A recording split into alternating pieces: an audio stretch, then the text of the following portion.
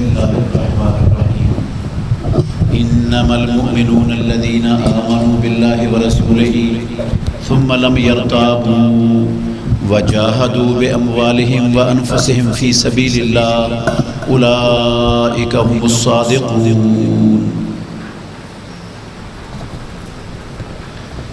عزیز بھائیو، قابل احترام بزرگوں، پہلے تو تھوڑی سی تاخیر کی معذرت، آپ کو انتظار کرنا پڑا۔ میرے ذہن میں یہ تھا کہ 10 بجے کے بعد تراویحیں ختم ہوں گی، اس لیے تھوڑا سا میں وہ ادھر مرکز میں ابھی 4 ہوئی تھی، تو 4 کے بعد میں خلاصہ بیان کر کے چل پڑا وہاں سے۔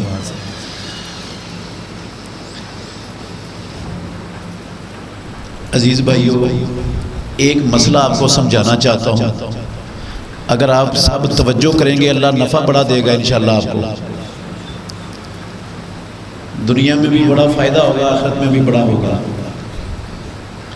یہ رمضان المبارک کا مہینہ ہے، جب سے ہم نے ہوش سنبھالا ہے ہم سب یہ احادیث رسول اللہ صلی اللہ علیہ وسلم کی سنتے آ رہے ہیں مسلسل، کہ رمضان پچھلے رمضان تک سارے گناہوں کا کفارہ بن جاتا ہے، ایک رمضان پچھلے رمضان سے ہونے والے گناہوں کا کفارہ بن جاتا ہے۔ اور یہ حدیث بھی سنتے آئے ہیں کہ جس بندے نے رمضان المبارک کے روزے ایمان اور اخلاص کے ساتھ رکھے، اللہ رب العالمین اس کی زندگی کے پچھلے سارے گناہ معاف کر دے گا۔ اور یہ بھی سنتے ہیں کہ جس نے رمضان المبارک کی راتوں کا قیام کیا ایمان اور اخلاص کے ساتھ، اللہ اس کی زندگی کے پچھلے سارے گناہ بھی معاف کر دے گا۔ اور یہ بھی سنتے ہیں کہ جس بندے نے لیلۃ القدر کی ایک رات کا قیام کیا ایمان اور اخلاص کے ساتھ، اللہ اس کی زندگی کے بھی پچھلے سارے گناہوں کو معاف کر دے گا۔ مگر میرے بھائیوں، حقیقت یہ ہے کہ مسلمانوں کی اکثریت بچپن سے یہ احادیث ہر رمضان میں سنتے ہیں، مگر ہم نے کبھی ان احادیث کو سمجھنے کی کوشش کی ہی نہیں۔ اکثریت کی یہ حالت، ہم نے ان احادیث کو نہیں سمجھا، اکثریت نہیں سمجھ سکی، آج تک سمجھنے کی کوشش بھی نہیں کی۔ اس لیے میں ایک نقطہ آپ کو سمجھانا چاہتا ہوں، یہ جو 2 شرطیں ہیں ایماناً واحتساباً، کہ جس نے رمضان کے روزے رکھے ایمان کے ساتھ اور احتساباً اخلاص کے ساتھ، اس کے پچھلے گناہ معاف ہو جائیں گے۔ ایمان کا مطلب کیا ہوتا ہے؟ ایمان کے ساتھ روزے رکھنے کا، قیام کرنے کا، تلاوت کرنے کا، اعتکاف کرنے کا اور زکوٰۃ دینے کا، ایمان کے ساتھ مطلب کیا ہے؟ ہمارے معاشرے میں 3 نظریے ہیں ایمان کی حقیقت کے حوالے سے، مسلمانوں کے ہاں پائے جاتے ہیں، اور تینوں کے تینوں قرآن کے بھی خلاف ہیں، حدیث کے بھی خلاف ہیں اور غلط ہیں۔ مسلمانوں میں 3 نظریے پائے جاتے ہیں ایمان کی حقیقت کے حوالے سے، تینوں غلط ہیں۔ جب تینوں غلط ہیں تو اس کا مطلب ہے مسلمانوں کی اکثریت کو ایمان کی حقیقت کا بھی علم نہیں ہے، وہ غلط نظریات لے کر بیٹھے ہوئے ہیں، غلط نظریے سے اس چیز کو ایمان سمجھے بیٹھے جو حقیقت میں ایمان ہے ہی نہیں۔ ایک نظریہ یہ پایا جاتا ہے ایمان کے حوالے سے کہ بندہ دل سے کتاب و سنت کو سچا مان لے، رسول اللہ صلی اللہ علیہ وسلم کو سچا مان لے، دل سے سچا مان لے، دل میں پختہ یقین کر لے کہ یہ قرآن، حدیث، نبی، اللہ سب کچھ سچ ہے، تو بندہ اللہ کے ہاں کیا بن جاتا ہے؟ ایمان والا بن جاتا ہے۔ امام علامہ بدر الدین عینی رحمہ اللہ، شرح بخاری ہے ان کی عمدۃ القاری، اس میں لکھتے ہیں ان لوگوں کا عقیدہ بیان کرتے ہوئے کہ ہوا ان یصدق الرسول فی جمیع ما جاء به عن اللہ فہو مومن فیما بینہ و بین اللہ، کہ بندہ سب کچھ جو محمد رسول اللہ صلی اللہ علیہ وسلم اللہ کی طرف سے لے کر آئے ہیں اس کے اوپر یقین کر لے اور اس کو سچا مان لے تو بندہ اللہ اور بندے کے درمیان ایمان والا بن جاتا ہے۔ اتنا ہی کافی ہے، دل سے سچا جاننا اور دل میں پختہ یقین کر لینا۔ میرے بھائیوں یہ نظریہ غلط ہے، قرآن کے خلاف ہے۔ صرف 2 آیتیں پڑھوں گا آپ کے سامنے۔ سورہ الانعام کی 114 نمبر آیت میں اللہ رب العالمین نے فرمایا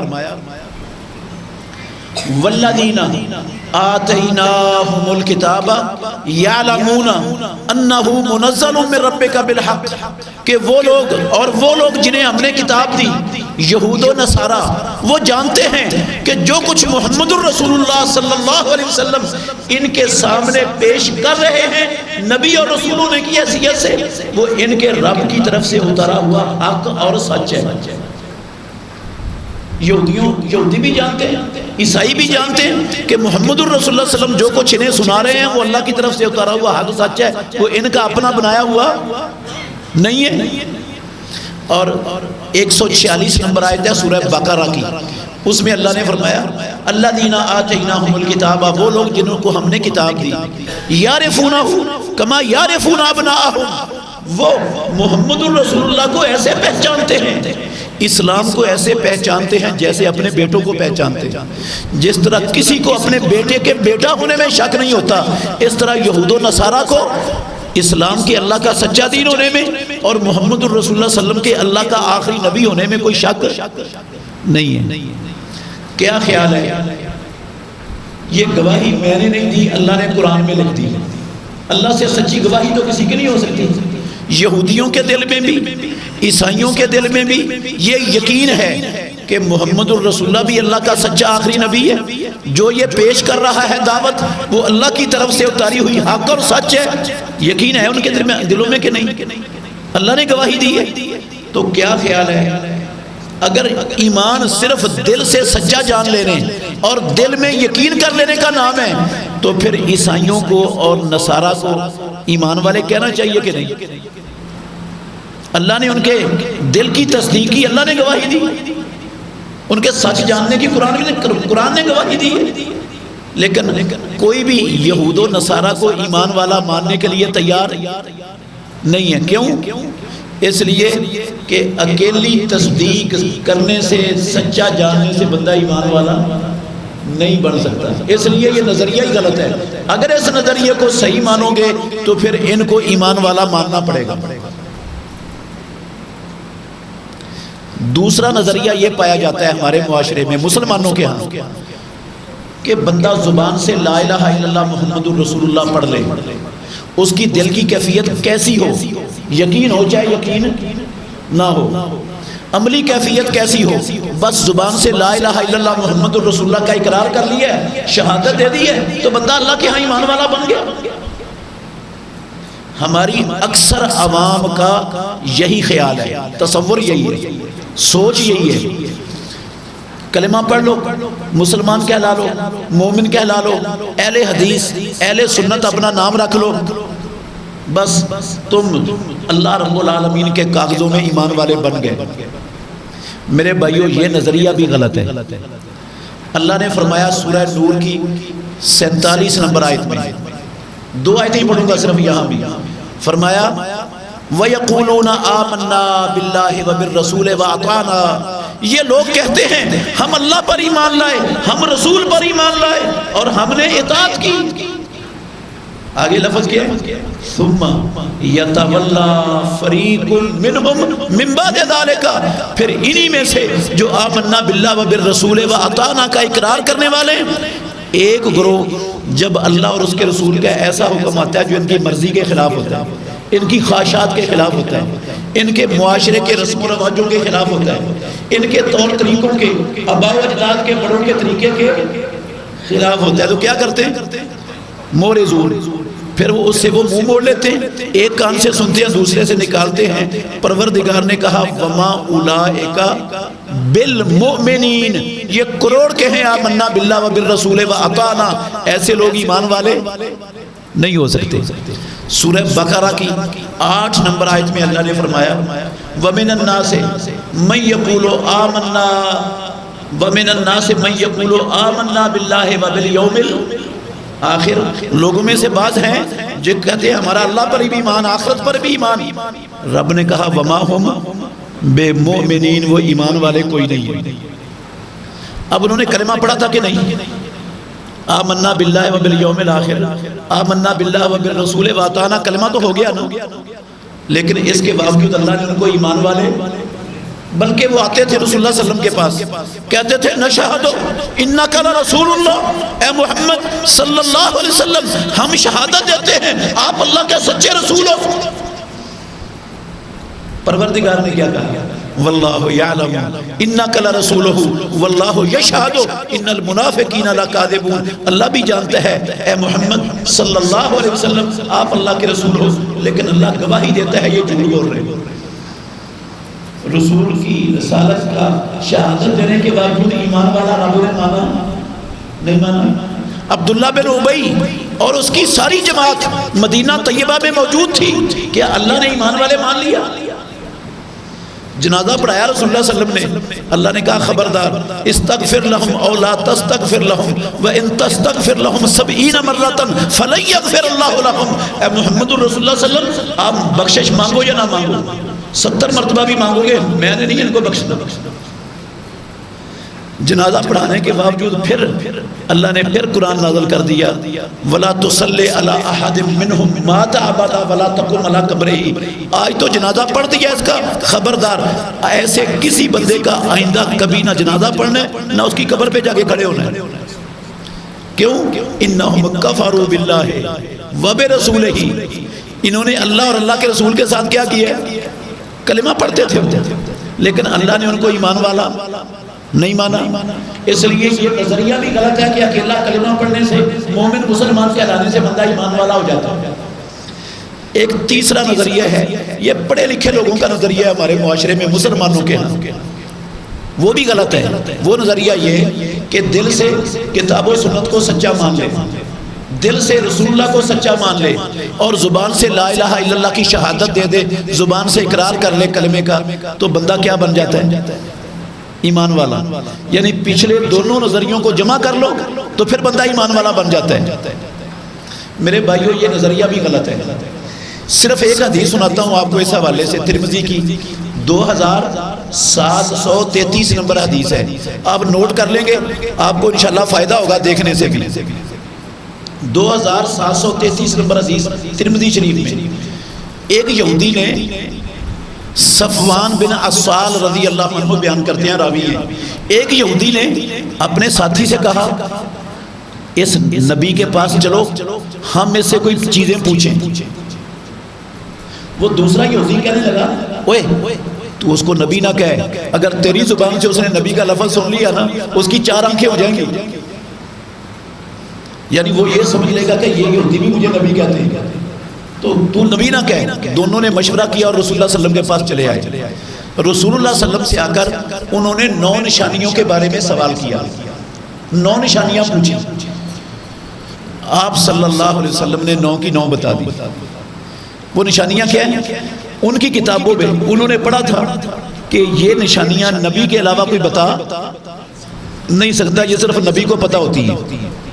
وہ تھی لا تشرکوا باللہ، اللہ کے ساتھ شرک نہیں کرنا، ولا تسرقوا چوری نہیں کرنی، ولا تزنوا زنا نہیں کرنا، ولا تقتلوا النفس التي حرم اللہ الا بالحق، جس جان کے قتل کرنے کو اللہ نے حرام کیا اس کو قتل نہیں کرنا مگر حق کے ساتھ، اور ولا تمشوا ببری الی ذی سلطان لیقتلہ، کسی بے گناہ بندے کو پکڑ کر بادشاہ کے پاس لے کر نہیں جانا، جھوٹا الزام لگا کر وہ اسے قتل کر دے،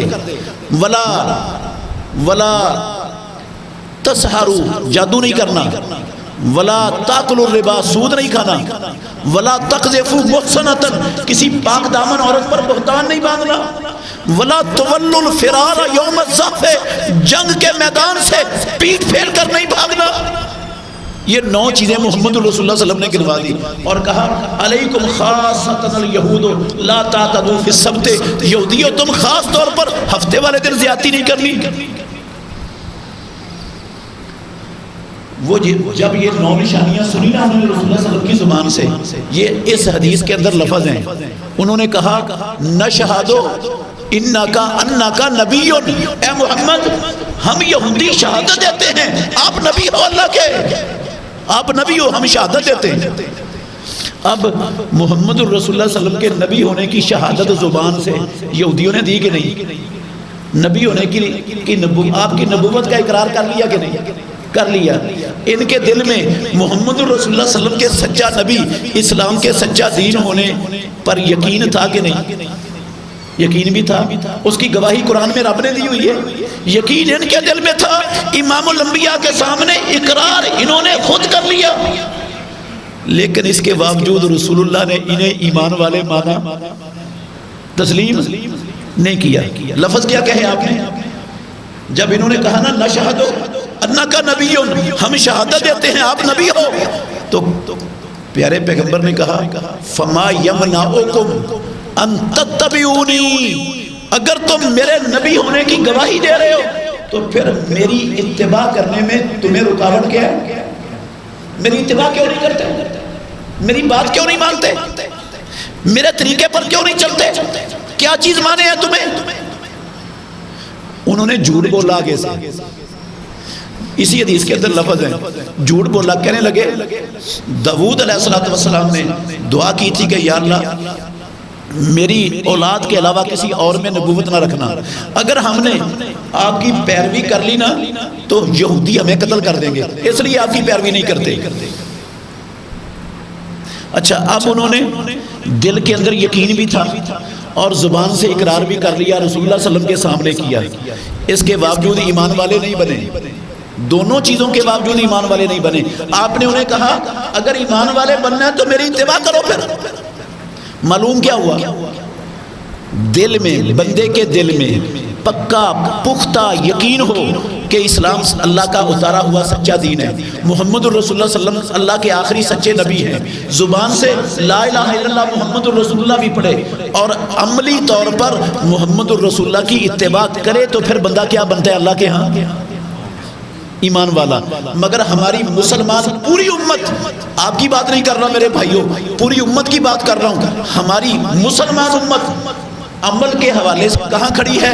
3 مثالیں دوں گا آپ کو، صرف سمجھنے کے لیے ہیں یہ 3 مثالیں، باقی ان پر آپ سینکڑوں مثالیں قیاس کر سکتے ہیں، خود آپ کو سمجھ آ جائے گی، آپ اس کے آگے چل سکیں گے کہ ہم نبی کی اتباع کے حوالے سے کہاں کھڑے ہیں، امت مسلمہ کہاں کھڑی ہے۔ غور کرنا، اسلام کا کلمہ پڑھنے کے بعد سب سے بڑا فریضہ پیدا کرنے والے کا، مالک الملک کا، اپنے غلاموں پر، اپنے بندوں پر سب سے بڑا فریضہ دن رات میں 5 وقت کی باجماعت نماز ہے۔ کون سا سب سے بڑا فریضہ ہے؟ کلمہ پڑھنے کے بعد دن رات میں 5 وقت کی باجماعت نماز۔ 2 لفظ بول رہا ہوں، 5 وقت کی باجماعت نماز۔ کھڑے ہو کر نہیں پڑھ سکتے، کوئی مسئلہ نہیں، بیٹھ کر پڑھ لو۔ بیٹھ کر نہیں پڑھ سکتے، کوئی بات نہیں، لیٹے لیٹے پڑھ لو۔ وضو نہیں کر سکتے، وضو کے بغیر نماز نہیں ہوتی، کوئی مسئلہ نہیں، پاک مٹی میں ہاتھ مارو، تیمم کر کے پڑھ لو۔ تیمم بھی نہیں کر سکتے، اللہ نہ کرے میرے بھائیوں ہم میں سے کوئی بندہ اتنا شدید بیمار ہو، ہسپتال میں بیڈ پر پڑا ہوا ہو، ایک بازو پہ گلوکوز، ایک پہ بلڈ کی ڈرپنگ چل رہی ہو، پیشاب کی ناری لگی ہوئی ہو، پیشاب کپڑوں پر بھی گرا ہوا ہے، بستر پر بھی گرا ہوا ہے، اس حالت میں مریض پڑا ہے، نماز کا ٹائم ہو گیا، نماز کا ٹائم ہو گیا، اس مریض کے پاس اس کے کپڑے بستر چینج کرنے والا نہیں ہے کوئی بھی، اس کو وضو تیمم کروانے والا کوئی نہیں ہے، خود ہلنے جلنے سے قاصر ہے، مگر اس بیمار کے ہوش و حواس اور اس کی عقل کام کر رہی ہے۔ میں اللہ کے گھر میں بیٹھا ہوں، قسم ہے مجھے پیدا کرنے والے پروردگار کی، اس حالت میں پڑے مریض کو بھی رب نے نماز چھوڑنے کی چھٹی نہیں دی، وہ بغیر وضو کے، بغیر تیمم کے، جیسے کپڑوں میں، جیسے بستر پر پڑے ویسے ہی پڑھ لے، رب ایسے ہی قبول کرنے کے لیے تیار ہے۔ اس نے کہا لا یکلف اللہ نفسا الا وسعها فاتقوا اللہ ما استطعتم۔ اتنا بڑا فریضہ، کتنا بڑا؟ بیمار ہیں محمد الرسول اللہ صلی اللہ علیہ وسلم، شدید بیمار ہیں، شدید تکلیف ہے امام الانبیاء کو، تکلیف کی شدت سے بے ہوش ہو گئے۔ صحیح بخاری کی حدیث کے لفظوں کا ترجمہ کر رہا ہوں صاحب، تکلیف کی شدت سے بے ہوش ہو گئے۔ کچھ دیر بعد ہوش آیا تو ہماری ماں سے پوچھتے ہیں، عائشہ ام المومنین سے، آپ صلی الناس ہو، کیا لوگوں نے نماز پڑھ لی، نماز ہو گئی؟ وہ کہتی ہیں لا ہم ینتظرونک، نہیں اللہ کے نبی لوگ تو آپ کا انتظار کر رہے ہیں نماز کے لیے۔ عائشہ صدیقہ رضی اللہ عنہ کہتی ہیں آپ نے پانی منگوایا، غسل کیا، نماز کے لیے اٹھنے لگے، دوبارہ بے ہوش ہو کے گر گئے۔ پھر کچھ دیر بعد ہوش آیا، ہوش آنے کے بعد سب سے پہلا جملہ ہی زبان پر یہ ہے اصلی الناس، کیا لوگوں نے نماز پڑھ لی؟ پھر وہی جواب ہے لا ہم ینتظرونک، وہ تو انتظار میں ہے آپ کے، نہیں پڑھی نماز، نہیں ہوئی۔ دوبارہ پانی منگوایا محمد الرسول اللہ صلی اللہ علیہ وسلم نے، پھر غسل کیا، اٹھنے لگے، پھر بے ہوش ہو کر گر پڑے، 3 مرتبہ بے ہوش ہو گئے۔ اتنی تکلیف ہے امام الانبیاء کو۔ تیسری مرتبہ بے ہوشی کے بعد پھر ہوش آیا، تو پھر زبان پر وہی لفظ ہیں نماز ہو گئی، لوگوں نے نماز پڑھ لی۔ ہماری ماں کہتی ہیں نہیں وہ انتظار کر رہے ہیں آپ کے۔ تیسری مرتبہ پانی منگوایا، پھر غسل کیا رسول اللہ صلی اللہ علیہ وسلم نے، اور کچھ افاقہ آپ نے اپنی طبیعت میں محسوس کیا، کہا مجھے مسجد میں لے چلو۔ میرے بھائیوں تھوڑا سا غور کرنا، اتنی شدید تکلیف ہے محمد الرسول اللہ صلی اللہ علیہ وسلم کو، مگر فکر کس چیز کی ہے؟ نماز کی۔ کس کو فکر ہے نماز کی؟ جس کی اللہ نے ساری زندگی کی کمیاں کوتاہیاں معاف کی ہوئی ہیں، جن کی دستک سے جنت کا دروازہ کھلنا ہے، جنہوں نے جنت میں سب سے اونچے مقام معمول پر فائز ہونا ہے، جن کی سفارش سے جہنم کے اندر گرے ہوئے لوگوں کو نکالا جانا ہے، ان کو نماز کی اتنی فکر، اتنی شدید تکلیف میں بھی نماز۔ ہمیں بھی کبھی اتنی فکر ہوئی نماز کی؟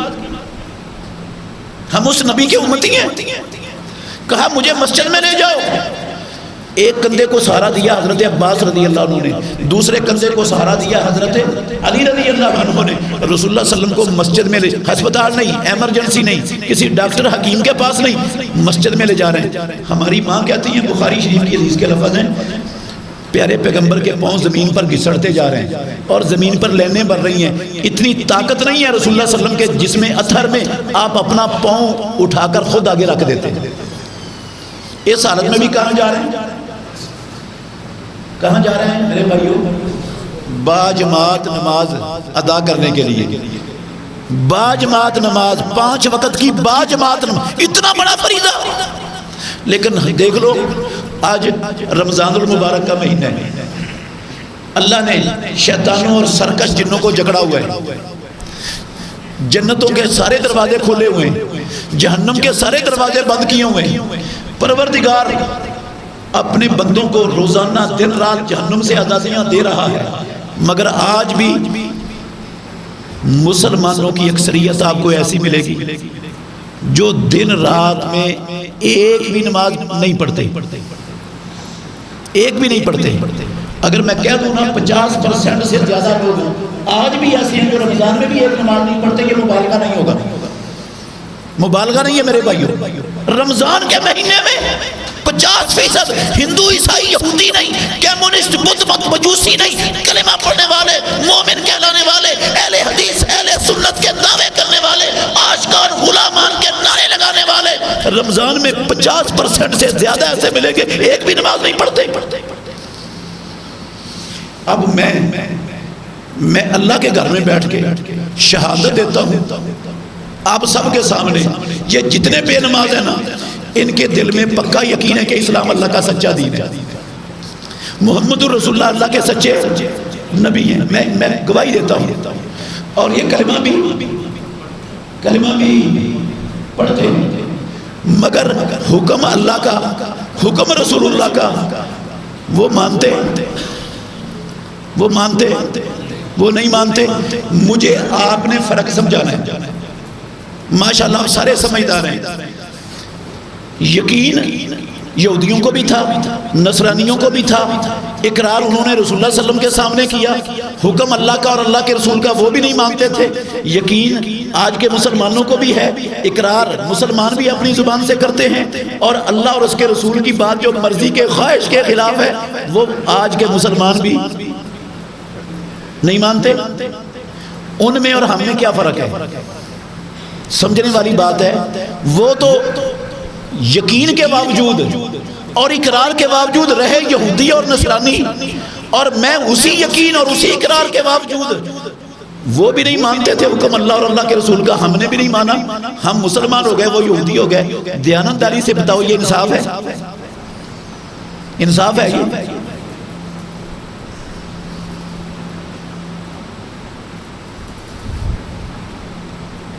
میں نہیں کہتا کہ انہوں نے دل سے اللہ کو، اللہ کے نبی کو سچا نہیں مانا، اسلام کو سچا نہیں مانا، میں کہتا ہوں سچا مانا ہے، کلمہ بھی پڑھا ہے، لیکن میرے بھائیوں اکیلا سچا ماننا، اکیلا کلمہ پڑھنا قسم اللہ کی نہیں ہے کافی مومن ہونے کے لیے۔ ایمان والا نہیں بنتا، بندہ ہے دونوں چیزوں سے، یہودی نصرانی دونوں چیزوں کے باوجود ایمان والے نہیں بنے، میں کیسے بن جاؤں گا؟ دوسری مثال سنیں، اللہ رب العالمین نے موٹی سی مثال ہے، سود کو حرام کیا آپ پر، کوئی شک شبہ نہیں ہے کسی مسلمان کو اس کی حرمت پر، ذرا برابر شک نہیں کسی کو کہ سود حرام ہے۔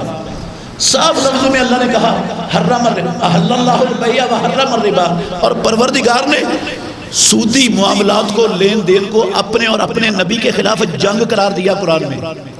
یا ایھا الذین آمنوا اتقوا اللہ وذروا ما بقی من الربا ان کنتم مؤمنین۔ ابن عباس ترجمان القرآن، اٹھاؤ تفسیر ابن جریر طبری، امام ابن جریر طبری نے صحیح سند کے ساتھ ابن عباس کا قول نقل کیا، وہ کہتے ہیں ایمان اور سود ایک بندے میں کٹھے نہیں ہو سکتے۔ اس آیت کا مطلب ہے اللہ کہتا ہے ایمان والے ہو تو چھوڑ دو حرام ہونے کے بعد۔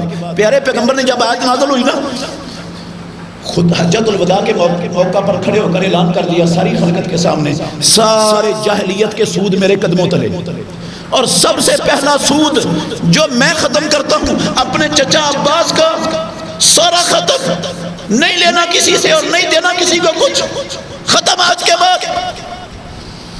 اللہ نے کہا او ایمان والو چھوڑ دو، فَإِن لَمْ تَفْعَلُوا، یاد رکھو اگر نہیں نہ چھوڑو گے فَأَذَنُوا بِحَرْبٍ مِّنَ اللَّهِ وَرَسُولِهِ، اللہ اور اس کے رسول کے خلاف جنگ کے لیے تیار ہو جاؤ۔ پیارے پیغمبر نے کہا اجتنبوا السبع الموبقات، 7 بیڑا غرق کر دینے والے گناہوں سے بچو۔ ان میں ایک گناہ اللہ کے نبی نے کون سا شمار کیا؟ سود۔ سود بھی ان میں سے ایک بڑا سنگین جرم، بہت بڑا گناہ۔ لیکن میرے بھائیوں، آپ اللہ کے گھر میں بیٹھے ہو، میں آپ کو نہیں نشانہ بنا رہا، میں امت کا رونا رو رہا ہوں آپ کے سامنے، مسلمان امت کا۔ آپ سے پوچھ رہا ہوں، بتانا آپ نے ہے مجھے، دنیا کے اندر 1.5 ارب مسلمان ہیں اس وقت، تقریباً 60 مسلمانوں کی حکومتیں ہیں، کسی ایک حکومت کا نام لوگے جس نے اپنے ملک سے اس سود کے نظام کو مکمل طور پر ختم کر دیا ہے؟ کوئی ہے ایک ملک سود جہاں مکمل ختم، سود نہیں ہے چلتا وہاں پر؟ کوئی بھی نہیں، کوئی ملک نہیں ملے گا آپ کو دنیا میں۔ اچھا چھوڑو ملکوں کو، حکومتوں کو چھوڑو، عوام الناس نے سود ترک کر دیا۔ یہ لکی کمیٹی کیا ہے؟ لکی کمیٹی کیا ہے؟ سود ہے۔ یہ بولی والی کمیٹی کیا ہے؟ سود ہے۔ یہ موٹر سائیکل کمیٹی کیا ہے؟ سود ہے۔ یہ انشورنس اور بیمہ کیا ہے؟ سود ہے۔ سود ہے۔ یہ بینکوں میں پیسے رکھ کر انٹرسٹ لینا کیا ہے؟ سود ہے۔ بینکوں سے قرضے لے کے انٹرسٹ جمع کرانا کیا ہے؟ سود ہے۔ اور جناب ادھار کی وجہ سے نقد سے زیادہ قیمت کر دینا، یہ بھی کیا ہے؟ سود ہے۔ مدینے والے امام نے اپنی وہی والی زبان سے اس کا نام سود رکھا ہے، اور عبداللہ بن عباس، عبداللہ بن مسعود رضی اللہ عنہما، امام عبد الرزاق نے اپنی مصنف کے اندر صحیح سند کے ساتھ دونوں صحابہ کے قول کو نقل کیا ہے، وہ کہتے ہیں یہ سود ہے۔ اور پیارے پہ اللہ کے گھر میں بیٹھا ہوں، امام الانبیاء کے 1.5 لاکھ صحابہ میں سے ایک صحابی بھی عبداللہ بن عباس اور عبداللہ بن مسعود کے رائے کے مخالف رائے رکھنے والا نہیں تھا۔ قسم ہے اللہ کی، پیارے پیغمبر کے صحابہ کے دور میں اس مسئلے میں اختلاف تھا ہی نہیں کہ یہ سود بنتا ہے یا نہیں، ادھار کی وجہ سے قیمت بڑھا دینا، سب سود سمجھتے تھے، اللہ کے نبی نے سود کہا تھا۔ یہ اختلاف پیدا ہوا تابعین کے دور میں اگر کوئی آپ چاہیں گے مسئلے کو سمجھنا تو بعد میں آپ کو انشاءاللہ سمجھا دوں گا، میں مثال دے رہا ہوں۔ صرف یہی نہیں میرے بھائیوں، یہ جو ٹکٹیں ہم خریدتے ہیں، یہ پرائز بانڈ خریدتے ہیں، یہ ساری سود کی شکلیں ہیں۔ جوا بھی اس میں آتا ہے سود کی شکل، اور اتنی قسمیں ہیں سود کی ہمارے مسلمان معاشرے کے اندر، یہ مارکیٹ میں چلے جائیں اللہ اکبر. سود ہی سود ہے ہر طرف. کون کاروبار کر رہا ہے؟ کیوں جی کون کر رہے ہیں؟ مسلمان. اللہ نے حرام کیا ہے، شک کوئی نہیں مسلمانوں کو. رسول اللہ نے حرام کیا ہے، شک کوئی نہیں مسلمانوں کو. کبیرہ گناہ ہے، شک نہیں ہے کسی کو. مگر میرے بھائیوں، میں اللہ کی قسم جانتا ہوں ان سب کو یقین ہے کہ اللہ بھی سچا، اللہ کا رسول بھی سچا، اسلام بھی سچا. پختہ یقین ہے ان کے دلوں میں، مجھے کوئی شک نہیں ہے ان پر. اور کلمہ بھی پڑھتے ہیں، ان کے کلمہ پڑھنے پر بھی کوئی شک نہیں. یہ دونوں کام تو یہودیوں اور نصرانیوں میں بھی تھے کہ نہیں؟ میں نے دلائل دی ہیں آپ کو، یہ دونوں کام ان میں بھی تھے. بات اللہ کی اور اللہ کے رسول کی وہ بھی نہیں مانتے تھے، بات یہ مسلمان بھی نہیں مانتے. وہ یہودی اور نصرانی اور میں مسلمان کیسے ہو سکتا ہے؟ یہ انصاف کیسے ہے؟ یہ انصاف کیسے؟ ایمان کیسے آ گیا میرے اندر؟ وہ ایمان والا نہیں، میں ایمان والا. چیز وہی ہو، فرق کوئی بھی نہ ہو.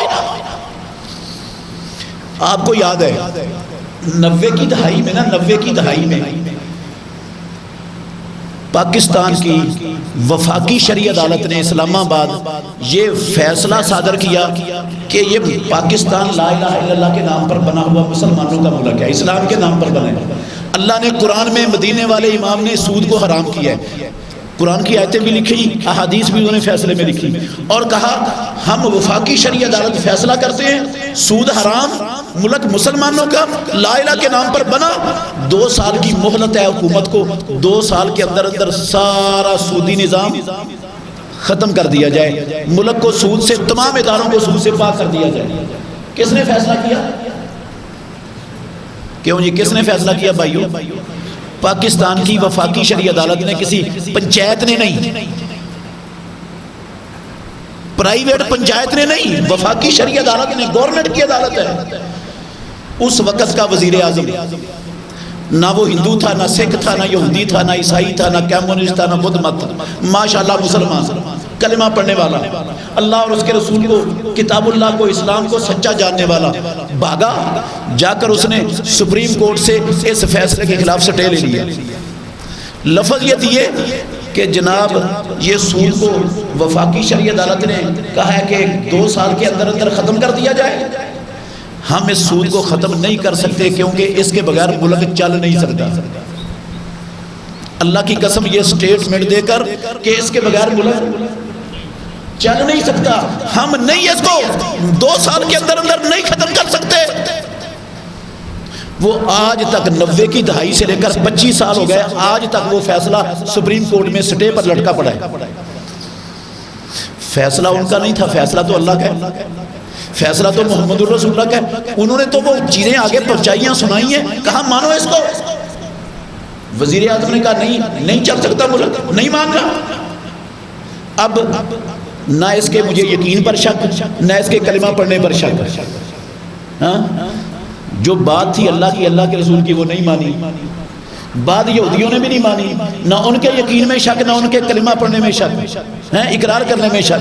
وہ یہودی اور نصرانی اور میں مسلمان، اللہ کے حکم کا سرے عام ڈنکے کی چوٹ پر ٹھکرا کر انکار کر کے میں مسلمان، میں مومن، اب میں روزے رکھوں، میں قیام کروں، میں حج کروں، میں عمرے کروں، اور یہ جناب میرے پچھلے گناہوں کا کفارہ بن جائے گا. قسم ہے اللہ کی کچھ بھی نہیں ہونا. اس روزوں سے، ان قیاموں سے، ان زکاتوں سے، ان حج و عمروں سے ساری زندگی کے گناہ تو گجائے، ایک گناہ بھی معاف نہیں ہونا، کیونکہ ان اعمال کی بنیاد ایمان پر نہیں ہے، ایمان پر نہیں ہے. ہم نے ایمان کو سمجھا ہی نہیں. ایمان نام کس چیز کا ہے؟ جتنا ایمان آج مسلمانوں کے پاس ہے اتنا ایمان قرآن کہتا ہے یہودیوں نصرانیوں کے پاس بھی تھا.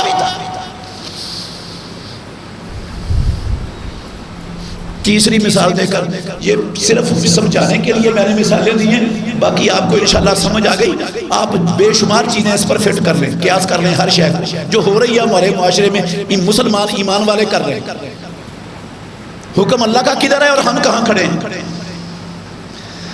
اللہ جو آیت میں نے پڑھی نا آپ کے سامنے، اس کے بعد میری بات ختم. آپ کو انشاءاللہ سوالات کرنے کا پورا حق حاصل ہے. جس بندے کے دل میں جو اشکال، جو سوال ہے، بغیر جھجک کے اس کو حق ہے وہ بول سکتا ہے، کر سکتا ہے سوال. انشاءاللہ اللہ کی توفیق سے کتاب و سنت کی دلیل سے جواب دینے کی کوشش کروں گا پوری. کوئی چیز سینے میں دبا کے نہیں لے جانی.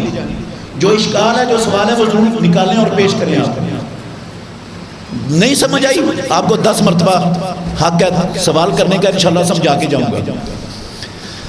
اللہ اکبر. آخری مثال دے رہا ہوں میرے بھائیوں. اللہ نے قرآن میں حکم دیا، فرمایا قاتلوہم حتی لا تکون فتنۃ ویکون الدین کلہ للہ. ان اللہ کے دشمنوں سے، اسلام کے دشمنوں سے قتال کرو، لڑو، جب تک اللہ کی زمین سے فتنہ ختم نہیں ہوتا اس وقت تک ان کے خلاف کیا کرو؟ لڑو. کس کا حکم ہے؟ اللہ کا. قاتل الذین لا یؤمنون باللہ ولا بالیوم الآخر ولا یحرمون ما حرم اللہ ورسولہ ولا یدینون دین الحق من الذین اوتوا الکتاب حتی یؤتوا الجزیۃ عن ید وہم صاغرون. حکم اللہ کا ہے، لڑو ان سے، یہود و نصارہ سے، قتال کرو ان سے. انفروا خفافا وثقالا وجاہدوا باموالکم وانفسکم. نکلو اللہ کی راہ میں، ہلکے ہو، بوجھل ہو، اپنے مالوں جانوں کے ساتھ جہاد کرو. کوتبہ علیکم القتال، تم پر تمہارے رب نے ان کافروں کے خلاف، اسلام پر حملہ آوروں کے خلاف لڑنا فرض کر دیا. کس نے فرض کیا؟ قاری صاحب نے نہیں، اللہ رب العالمین نے فرض کیا. میرے بھائیوں مسلمانوں پر فرض ہے نا یا کسی اور پر؟ یہ جہاد کے متعلقہ آیات علماء کہتے ہیں اگر ان کو اکٹھا کیا جائے کم از کم 7 پارے بن جاتے ہیں. کتنے پارے بن جاتے ہیں جہادی آیتوں کے؟ 7 پارے بن جاتے ہیں ان آیتوں کو اکٹھا کیا جائے قرآن سے. تو سوال پھر میرا وہی ہے، ماشاءاللہ ہمیں سب سارے 1.5 ارب مسلمانوں کو، 60 حکومتوں کو پکا یقین ہے کہ اللہ بھی سچا، اللہ کا رسول بھی سچا، قرآن بھی سچا، اسلام بھی سچا، کوئی شک نہیں دل میں. کلمہ بھی پڑھتے ہیں سارے ماشاءاللہ، لیکن جہاد کرنے والی کتنی حکومتیں ہیں دنیا میں؟ ہیں؟ کوئی ایک حکومت کا نام بتا دو جو جہاد کرنے والی، اللہ کا حکم ماننے والی ہے. چلو حکومت نہ صحیح، عوام الناس میں 1.5 ارب مسلمانوں میں کتنے لوگ ہیں جو جہاد کے لیے میدانوں میں کھڑے؟ کتنے لوگ ہیں؟ آٹے میں نمک کے برابر ہیں. اچھا دیانتداری سے بتانا، مجھے شک نہیں ہے کسی کے یقین پر، مجھے شک نہیں ہے کسی کے کلمے پر. میں قرآن کو بھی سچا مانتا ہوں، یہودی عیسائیوں کے یقین پر بھی شک نہیں کرنی چاہیے کسی کو. انہوں نے اقرار بھی کیا محمد الرسول اللہ صلی اللہ علیہ وسلم کے سامنے آ کر کہ آپ اللہ کے نبی ہو. ان میں اور ہم میں فرق مجھے سمجھا دیں کیا ہے؟ وہ کافر اور ہم مومن. ہم نے تو ایمان کو سمجھنے کی کوشش نہیں کی. ایمان ہے کس چیز کا نام؟ جتنا کوئی ایمان یہود و نصارہ کا اتنا کوئی ایمان مسلمانوں کا دنیا میں. وہ کافر ہو گئے، ہم مومن ہو گئے، وہ جہنمی ہو گئے اور ہم جنتی ہو گئے اسی بنیاد پر بغیر کسی فرق کے. یہ تو سراسر ناانصافی ہے میرے بھائی. اسلام تو اس ناانصافی کی اجازت نہیں دیتا اپنے حاملین کو.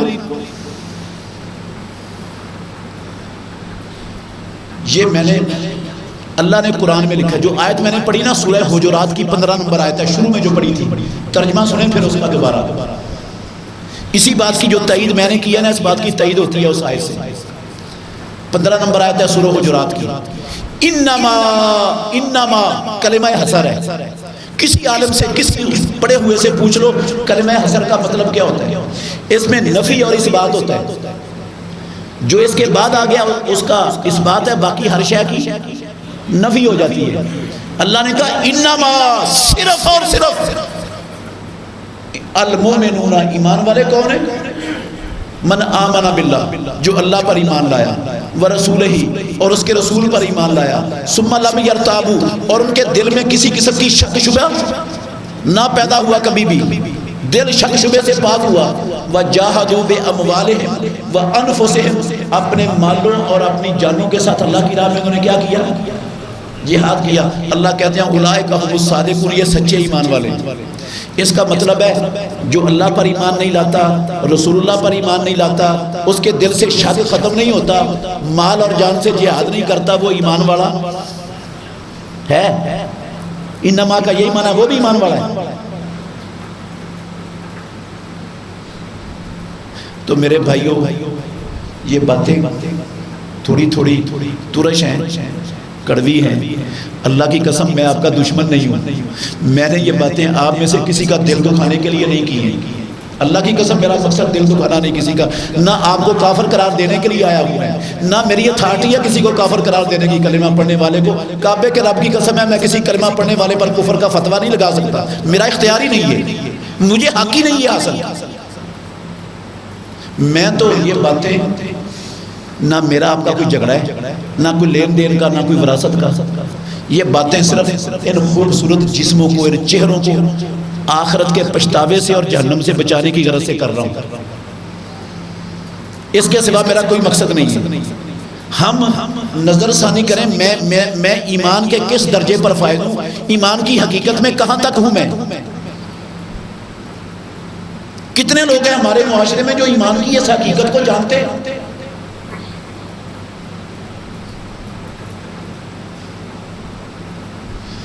اللہ اکبر، کہیں ایسا نہ ہو جائے میرے بھائیوں، رمضان میں روزے بھی رکھیں، قیام بھی کریں، زکوٰۃ بھی دیں، صدقات بھی کریں، اعتکاف بھی بیٹھیں، اور جناب زکوٰۃ بھی دیں، سارا کچھ کرنے کے باوجود ہمارا کوئی گناہ معاف نہ ہو اور ہم جبریل امین کی بد دعا اور امام الانبیاء کی آمین کا مصداق بن جائے، کہیں ایسا نہ ہو جائے۔ کی تھی نا جبریل امین نے بد دعا، اس پر اللہ کے نبی نے آمین کہا تھا، کن کے لیے کی تھی؟ یا اللہ جس بندے کی زندگی میں رمضان کا مہینہ آئے اور وہ اپنے گناہ معاف نہ کروا سکے، یا اللہ اس کو اپنی رحمت سے دفع دور کر دے، ذلیل و خوار کر دے۔ جبریل نے بد دعا کی، امام الانبیاء نے اس پر آمین کہی۔ جس کے لیے جبریل بد دعا کرے، امام الانبیاء آمین کہیں، اس کے گناہوں کا کفارہ بنیں گے روزے، رمضان اس کے گناہوں کا کفارہ بنے گا۔ کس کا بننا ہے؟ صاف صاف لفظوں میں کہہ دیا محمد الرسول اللہ نے، بھولنا نہیں ہے یہ لفظ، من صام رمضان ایمانا واحتسابا، جس نے روزے رکھے ایمان کے ساتھ روزے رکھے، اس کے لیے کفارے کی نوید ہے، اس کے لیے خوشخبری ہے، اس کے لیے جہنم سے آزادی کا مہینہ ہے، اس کے لیے یہ پچھلی زندگی کے گناہوں کے کفارے کا عمل ہے، اس کے لیے جس نے ایماناً یہ کام کیے، ایماناً۔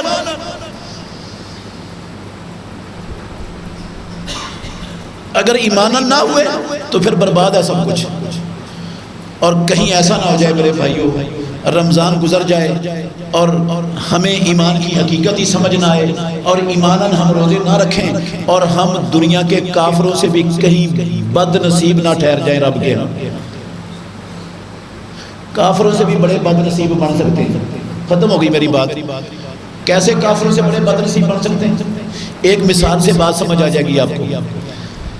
دو پیاسے لوگ ہیں، پیاس سے دونوں کی جان نکل رہی ہے، مر رہے ہیں پیاس سے، حلق خشک ہے، زبان خشک ہے، مرنے والے ہیں، پانی نہ ملا تو دونوں مر جائیں گے۔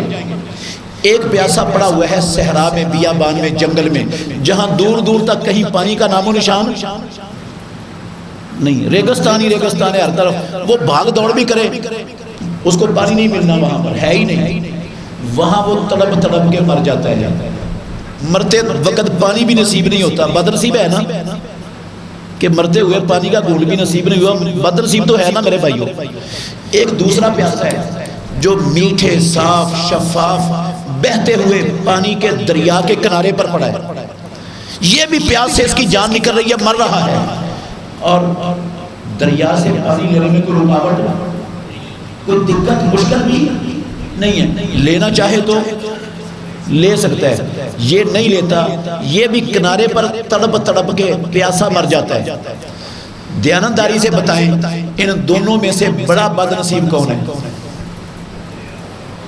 کیوں جی؟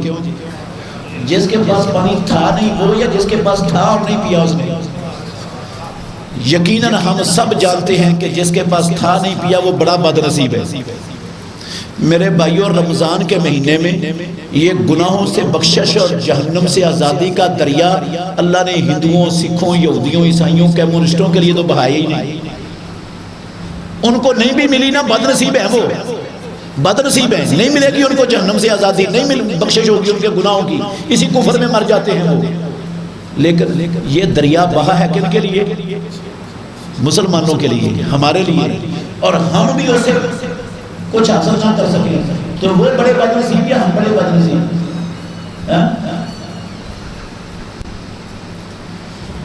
اس لیے میرے بھائیوں میری گزارش ہے، پتہ نہیں ملک الموت نے کب میرے پاس اور آپ کے پاس آ جانا ہے، یہ میری اور آپ کی پھوک کب نکل جانی ہے، شے کیا ہے میں اور آپ، حیثیت کیا ہے ہماری؟ پھوک نکل گئی تو کسی نے ایک دن بھی ہمیں گھر میں کوئی نہیں رکھنا کسی نے، یہ حیثیت ہے ہماری۔ اس لیے گزارش ہے، اللہ نے ہمیں دنیا کے لیے پیدا نہیں کیا، اپنی آخرت کی فکر کریں، اور آخرت قسم ہے پیدا کرنے والے کی ایمان کے بغیر کوئی نہیں بنتی، اس لیے ایمان کی حقیقت کو سمجھیں، ایمان کو پہچانیں، اپنے بچوں کو ایمان کی پہچان کروائیں، اپنے گھر کی خواتین کو ایمان کی پہچان کروائیں، ایمان شے کیا ہے۔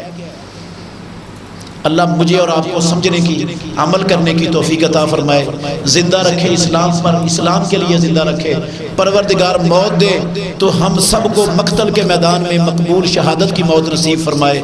آخر دعوانا الحمدللہ رب العالمین۔